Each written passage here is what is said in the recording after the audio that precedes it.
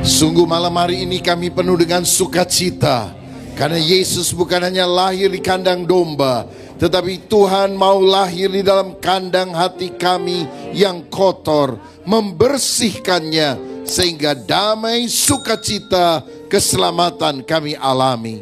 Hari ini berbicaralah kepada kami dengan firman-Mu, jamah setiap hati, baik yang ada di ruangan ini ataupun yang ada di depan, dimanapun kami berada. Biar kuasa Roh Kudus menjamah kami, kuasa Injil Kristus mengubah hidup kami. Pengurapan-Mu atas hamba-Mu dan kami semua, dalam nama Yesus. Haleluya. Amin.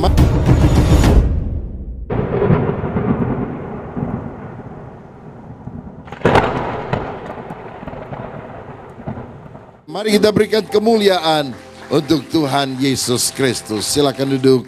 Tuhan memberkati. Selamat malam Bapak, Ibu, dan Saudara yang dikasihi oleh Tuhan Yesus Kristus. Shalom. Selamat hari Natal. Kiranya berkat Tuhan melimpah dalam hidup kita. Tema Natal pada malam ini adalah marilah sekarang kita pergi ke Bethlehem. Kita baca Lukas 2 ayat 10 sampai 15 yang berbunyi demikian. Lalu kata malaikat itu kepada mereka, jangan takut, sebab sesungguhnya aku memberitakan kepadamu kesukaan besar untuk seluruh bangsa. Hari ini telah lahir bagimu juru selamat, yaitu Kristus Tuhan di kota Daud. Dan inilah tandanya bagimu, kamu akan menjumpai seorang bayi dibungkus dengan lampin dan terbaring di dalam palungan.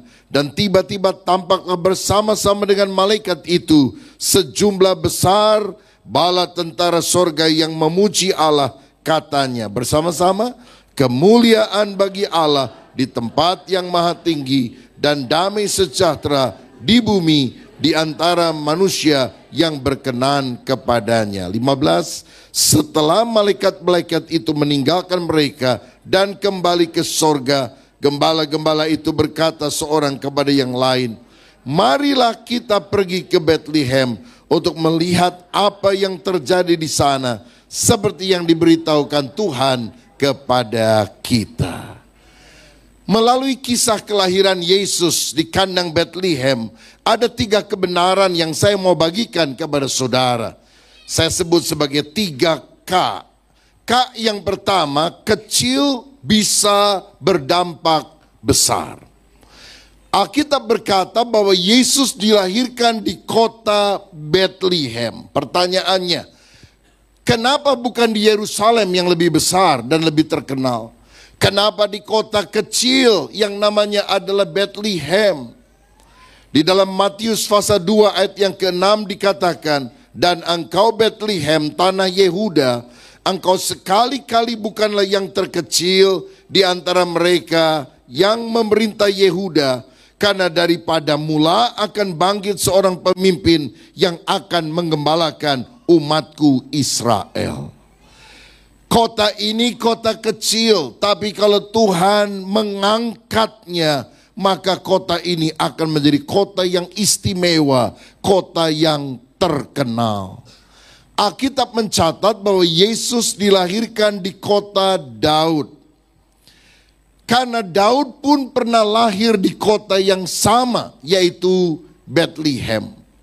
Saudara, kita tahu bahwa Daud adalah orang yang tidak dianggap oleh keluarganya. Buktinya ketika Samuel datang ingin mengurapi salah satu anak Isai untuk menjadi raja Israel, semua diundang datang, kecuali siapa? Daud tidak diundang. Makanan sudah tersaji, capcai, puyung hai, barongsai, tapi Daud tidak kunjung diundang karena dia diabaikan. Makanya di kemudian hari Daud pernah berkata, sekalipun ayahku dan ibuku menolak aku, tapi Tuhan menyambut aku. Saya mau katakan, seringkali kita merasa bahwa kita adalah orang kecil, kita orang yang tidak berarti. Tetapi saya yakinkan saudara dengan firman Tuhan, yang orang anggap kecil, tidak berarti, tersisihkan. Itulah sasaran perhatian Tuhan bagi kita sekalian. Tuhan peduli kepada saudara. Tuhan tahu nama kecil saudara. Tuhan ingin memberkati saudara. Walaupun mungkin engkau menganggap dirimu orang sederhana. Tidak ada persoalan yang terlalu besar yang Tuhan tidak bisa pecahkan. Tapi tidak ada masalah terlalu kecil yang Tuhan abaikan. Tuhan peduli kepada kita. Berapa tahun lalu ketika saya hari Minggu turun dari mobil mau khotbah di Bandung, saya tarik kaos kaki saya yang agak melorot, saudara. Lalu saya pikir, aduh kaos kaki kok udah jelek ya. Tapi hari itu ibadah saya harus khotbah dari pagi sampai ibadah terakhir malam hari. Jadi saya pikir-pikir apa siang saya masih sempat beli kaos kaki ke toko atau tidak. Nggak sempat mikir lebih jauh karena ibadah sudah dimulai. Kita menyembah Tuhan, saya sampaikan firman, setelah selesai saya berdiri di pintu luar, menyalami jemaat yang pulang. Tiba-tiba ada seorang ibu tua, membawa satu kantong kresek berwarna hitam, dan dia bilang, Pak Pendeta, dari lama saya ingin memberi sesuatu kepada Pak Pendeta. Tapi saya malu karena ini harganya murah. Tapi tolong ya, jangan dilihat harganya, saya memberi dengan tulus. Saya bilang gak usah kasih apa-apa juga, gak apa-apa ibu. Dia bilang enggak, saya udah siapkan. Dia kasih kantong kresek itu. Lalu dia pulang. Saya masuk ke ruangan untuk menunggu ibadah berikutnya. Dan saya buka kantong kresek itu. Saudara tahu isinya apa? Loh kok tahu? Karena itu kebutuhan saya. Sepasang kaos kaki. Walaupun harganya tidak mahal, waktu saya mengangkat kaos kaki itu saya mau menangis, saudara. Karena saya seakan-akan disapa oleh Tuhan secara pribadi. Anakku, hambaku, hari ini kamu khotbah yang bagus, memberkati jemaat. Soal urusanmu kaos kaki, aku yang urus. Kamu gak usah pusing, aku akan sediakan. Belum sempat doa, belum sempat mikir lebih jauh, belum sempat minta, berusaha, Bapa Sorgawi sediakan. Saya percaya dia peduli dan juga akan memberkati hidup saudara. Tuhan seringkali memakai sumber yang kecil untuk melakukan perkara yang besar, supaya yang dipermuliakan bukan manusia, tetapi Allah itu sendiri. Ketika ada raksasa 3 meter tingginya dari Filistin, Goliat, menantang orang Israel, nggak ada yang berani melawan. Tuhan munculkan seorang anak muda yang pipinya masih kemerah-merahan, yaitu Daud. Kalau misalnya musuh 3 meter, Tuhan munculkan dari orang Israel, raksasa Israel 4 meter, ya wajar 3 meter kalah sama 4 meter.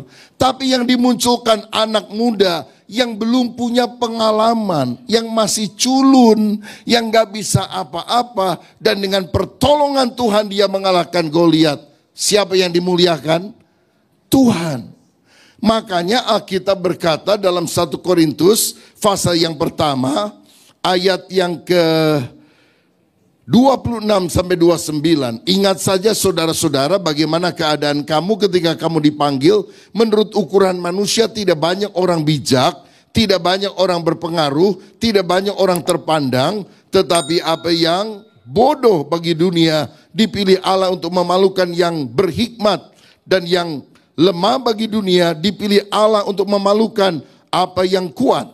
Dan yang tidak terpandang dan yang hina bagi dunia dipilih Allah. Bahkan apa yang tidak berarti dipilih Allah untuk meniadakan apa yang berarti, supaya jangan ada seorang manusia pun yang memegahkan diri di hadapan Allah. Saudara-saudara, kalau kita pikir kita bodoh, oh saya cuma ibu rumah tangga biasa, saya tidak bisa melakukan perkara besar untuk Tuhan, oh saya hanya karyawan biasa, gaji pun gak seberapa, bagaimana mungkin saya bisa melayani dan menyenangkan hati Tuhan? Tuhan pakai orang yang bodoh mempermalukan orang yang bijaksana. Tuhan pakai orang yang lemah untuk mempermalukan orang yang kuat. Supaya kemuliaan Allah nampak bukan karena kuat gagah kita, tetapi karena Allah yang bekerja di dalam kita. Siapa yang percaya Tuhan bisa pakai yang kecil untuk menyatakan kemuliaan Allah? Berikan tepuk tangan yang meriah untuk Tuhan kita. Karena itu ada beberapa implikasi praktis yang kita perlu lakukan. Yang pertama, setia dalam perkara kecil karena Tuhan akan berikan tanggung jawab dalam perkara yang lebih besar. Kalau saudara disuruh pelayanan harus dihargai walaupun tampaknya kecil. Oh, kamu jadi asyir ya, penyambut tamu, katakan shalom kalau jemaat datang.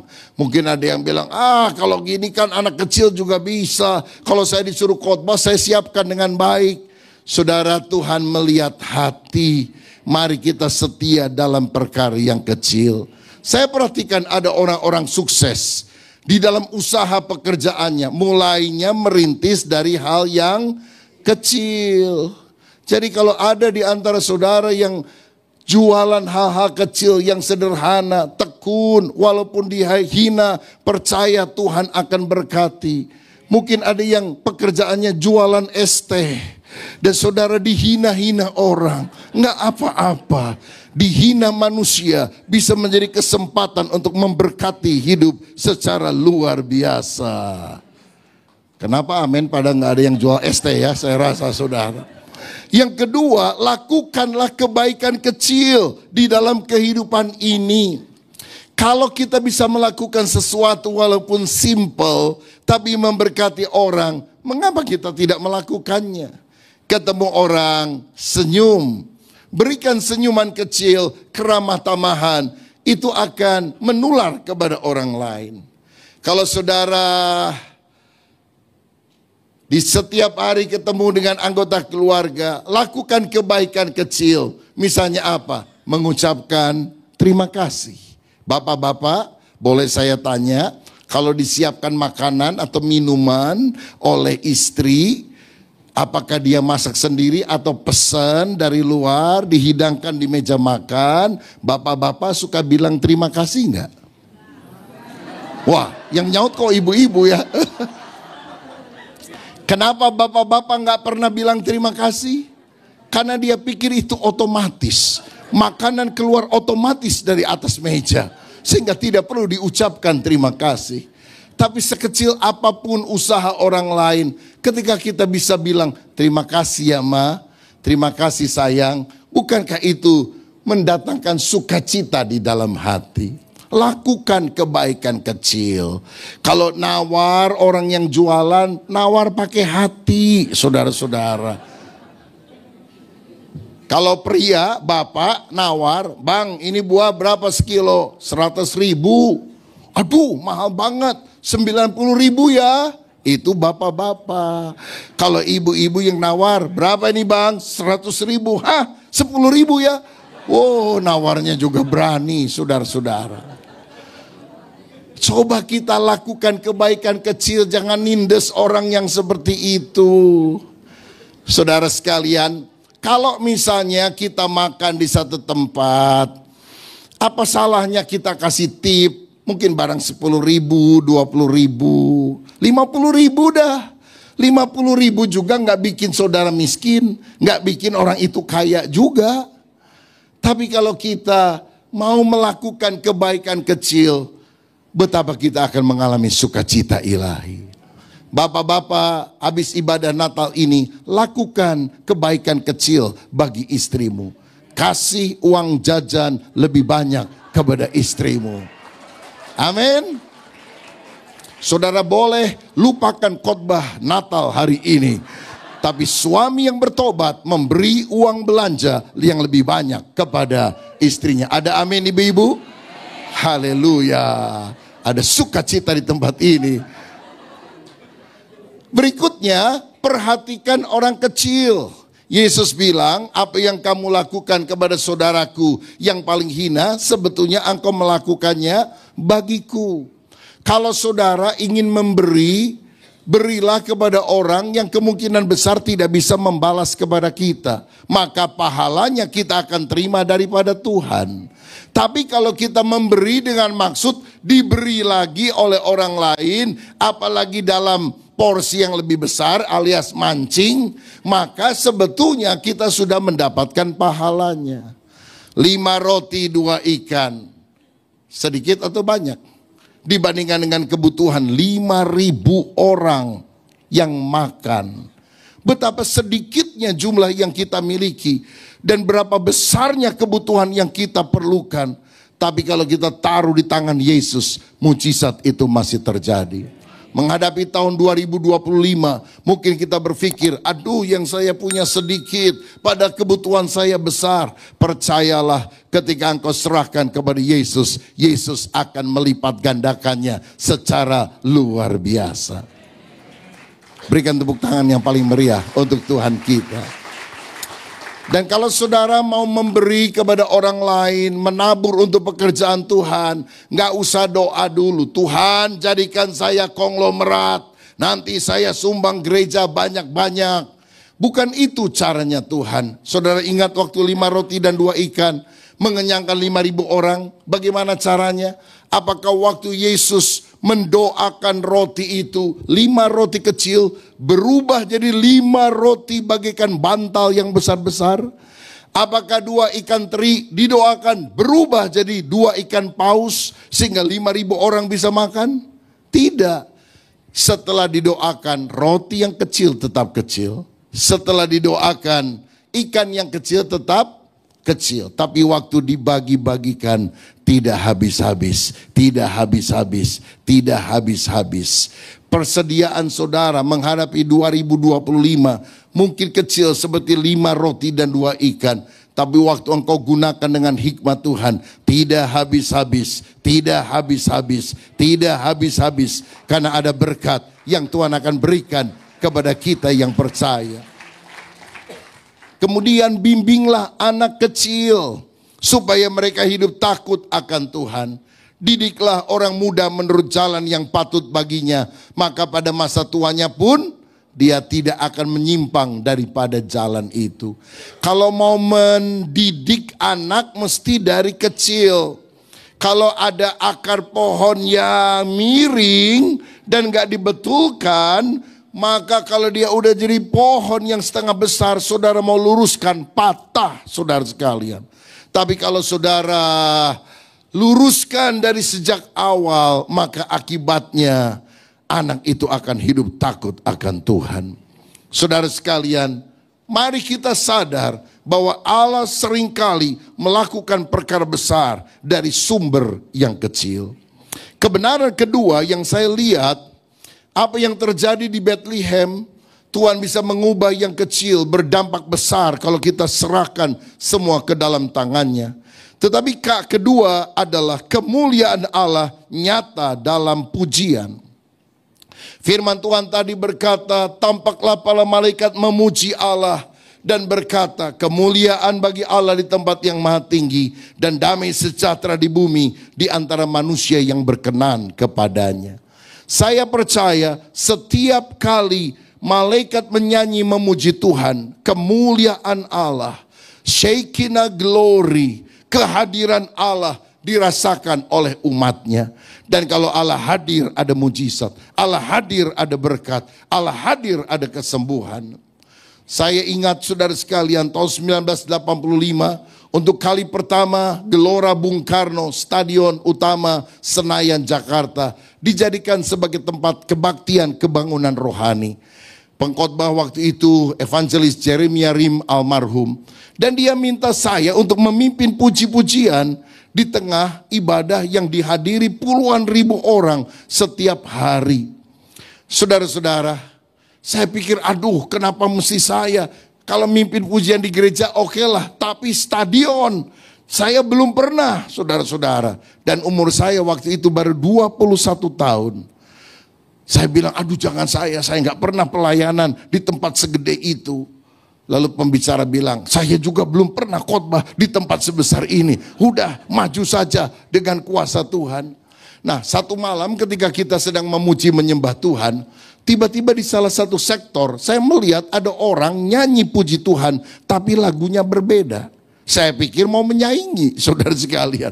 Misalnya kita nyanyi, Allah kita heran dan besar. Dia nyanyi, dalam nama Yesus ada kesembuhan.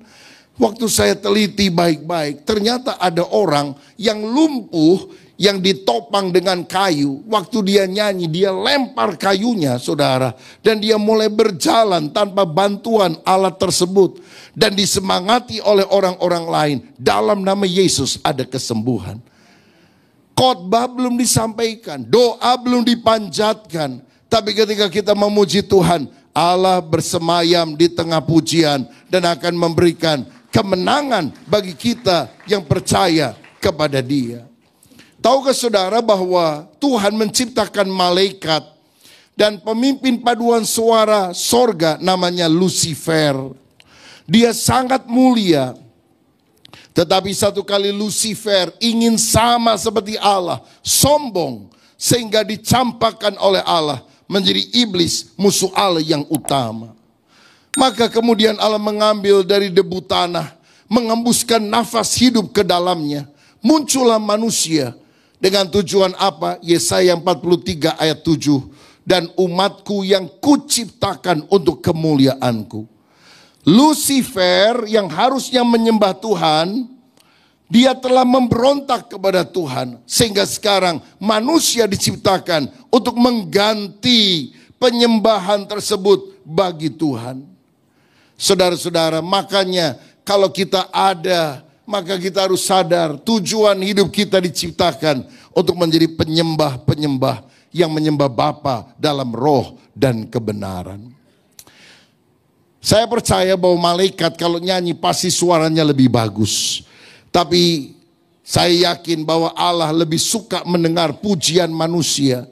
Karena malaikat tidak bisa mengekspresikan rasa syukur sebagai orang yang telah ditebus oleh darah Yesus. Manusia bisa.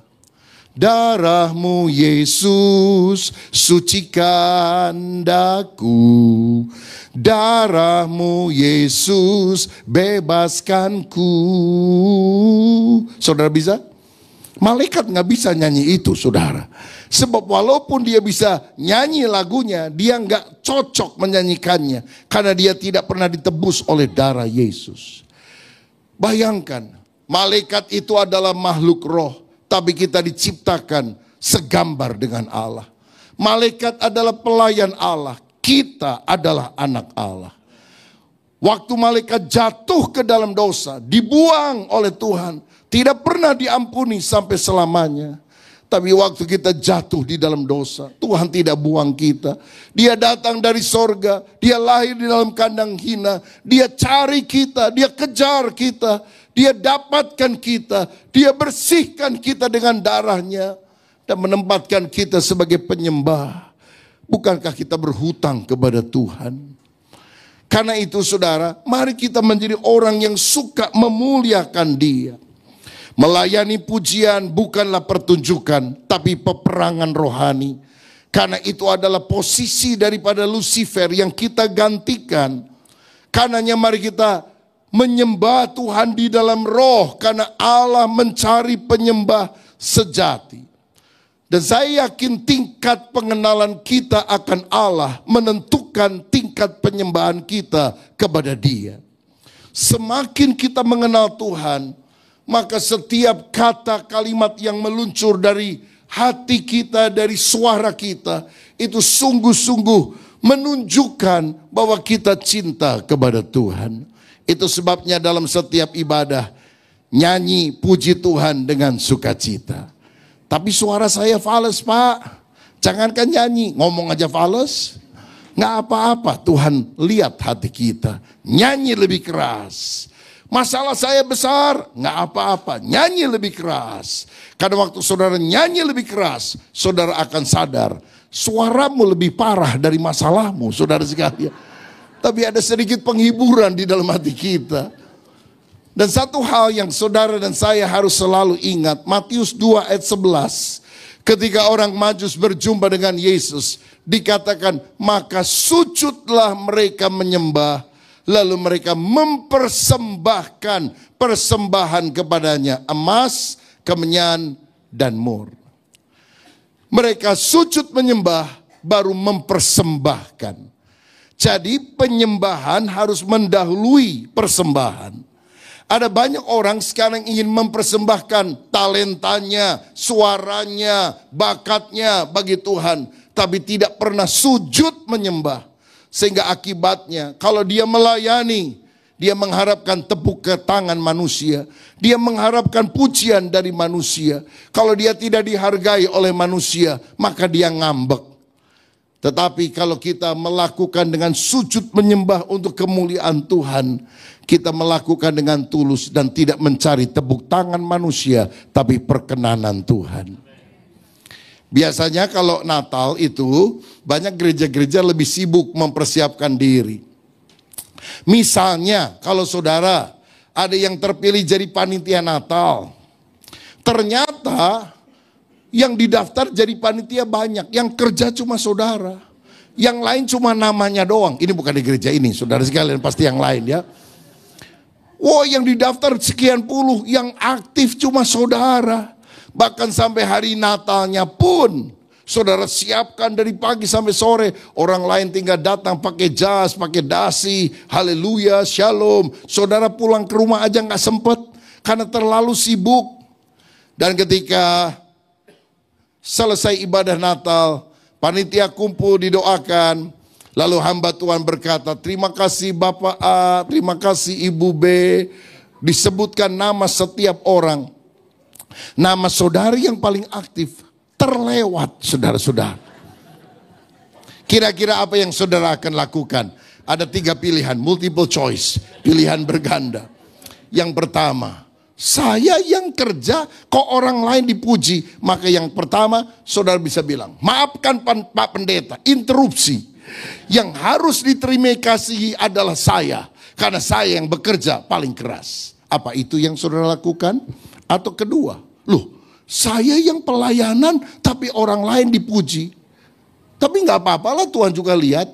Tapi ini kali pertama dan terakhir saya jadi panitia Natal. Tidak ada panitia-panitiaan yang akan datang. Atau yang ketiga, aku ini hanya hamba yang tak berguna. Aku hanya melakukan apa yang harus aku lakukan. Asal Tuhan disenangkan, terpujilah nama Tuhan. A, B, atau C? A, B, atau C? Jawab dengan jujur. Haleluya. Saudara-saudara, Tuhan lihat hati kita. Makanya persembahan, talenta, pelayanan, apapun harus diawali dengan penyembahan. Hati yang sujud, hati yang ditekuk, hati yang tunduk kepada Tuhan.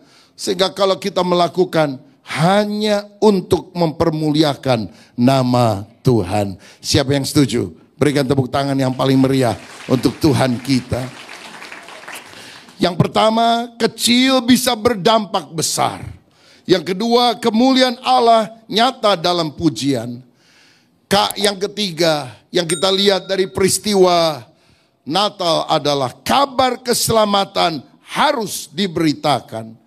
Lukas 2 ayat 11 tadi mencatat, hari ini telah lahir bagimu juru selamat, yaitu Kristus Tuhan di kota Daud.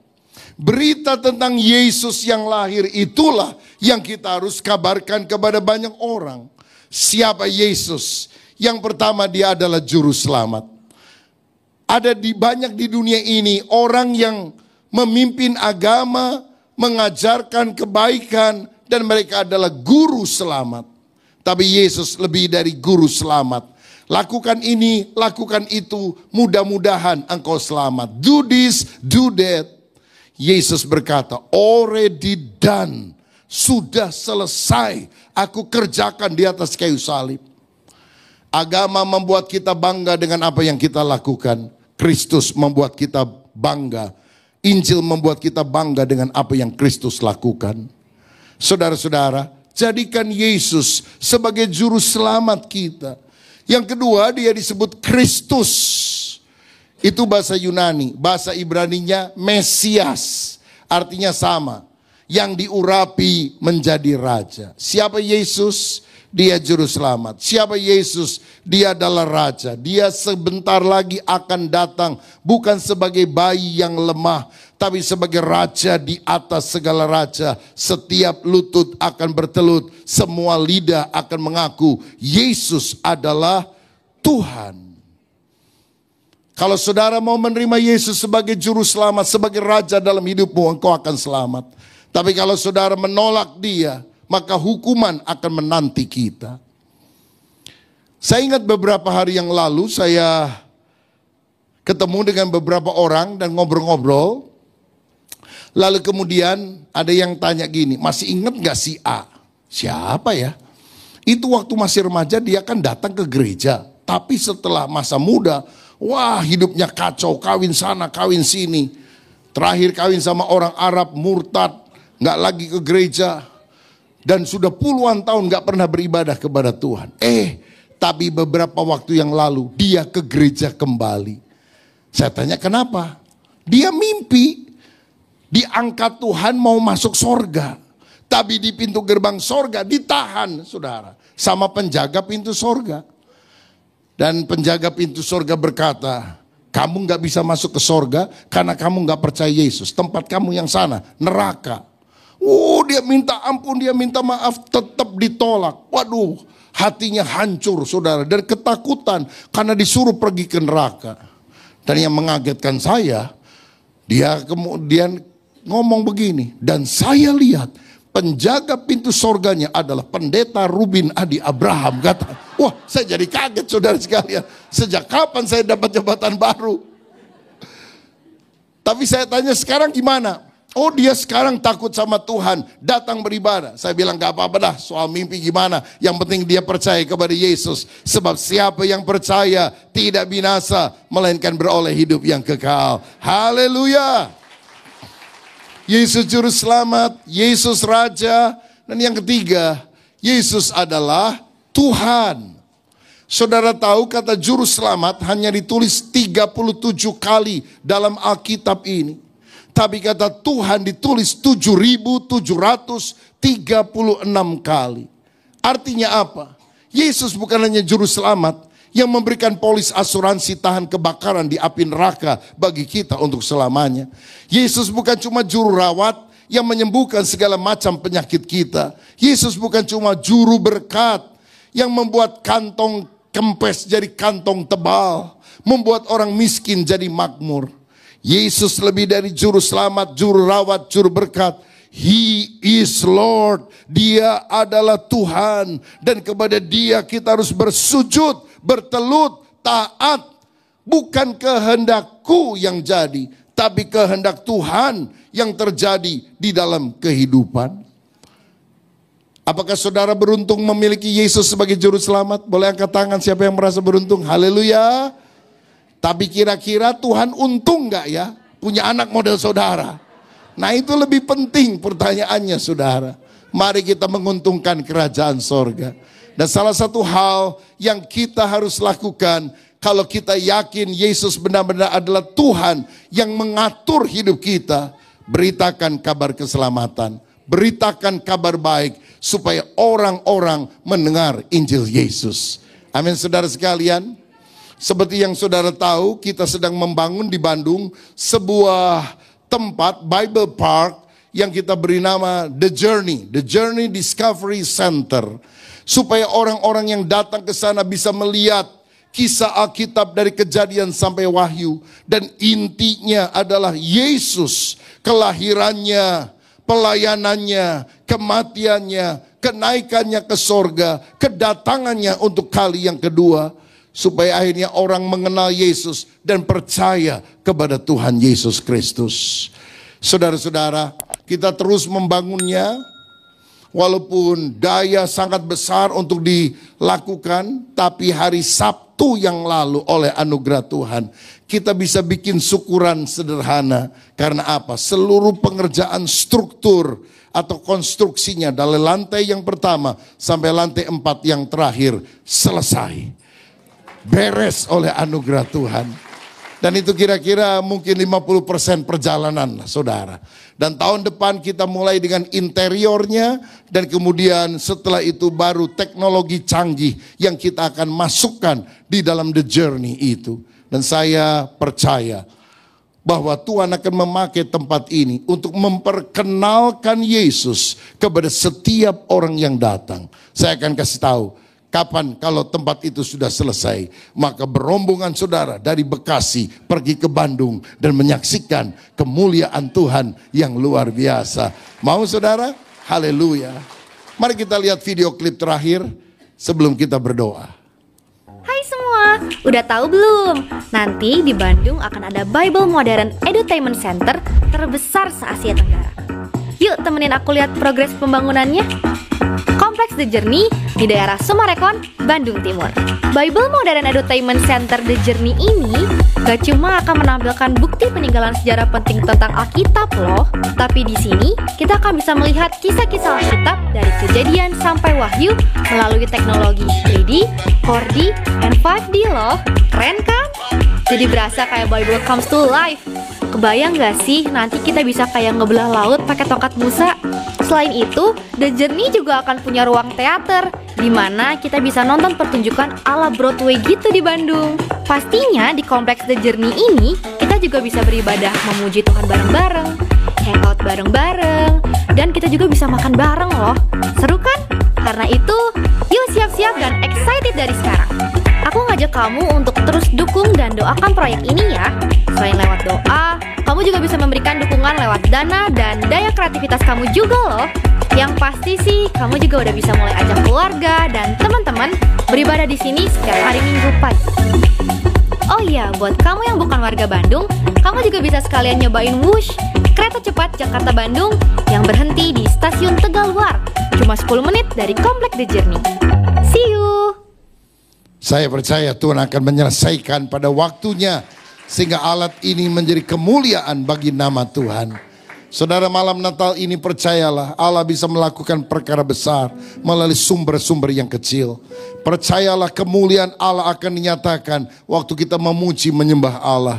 Dan percayalah Tuhan memberikan tugas kepada kita untuk mengabarkan kabar keselamatan, kabar Injil, supaya akhirnya semua orang percaya kepada Yesus. Mulai dari keluargamu, mulai dari teman-teman dekatmu, supaya kita menjadi alat untuk membawa kabar baik yang telah dibawa oleh malaikat kepada para gembala di kota Bethlehem. Dan itu tersebar sampai seluruh dunia mendengar kabar baik tentang Yesus. Selamat Hari Natal, Tuhan Yesus memberkati. Mari kita berdiri bersama-sama.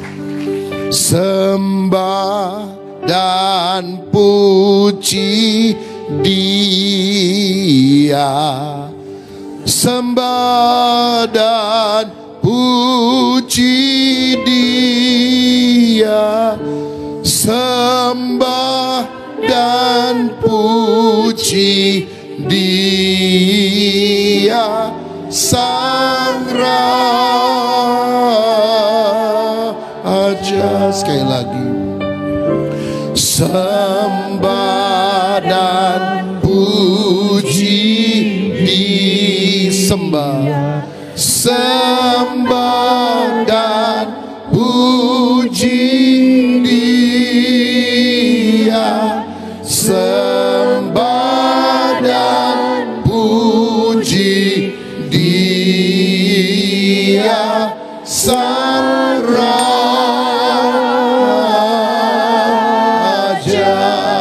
Sembah, puji Yesus, sebut namanya.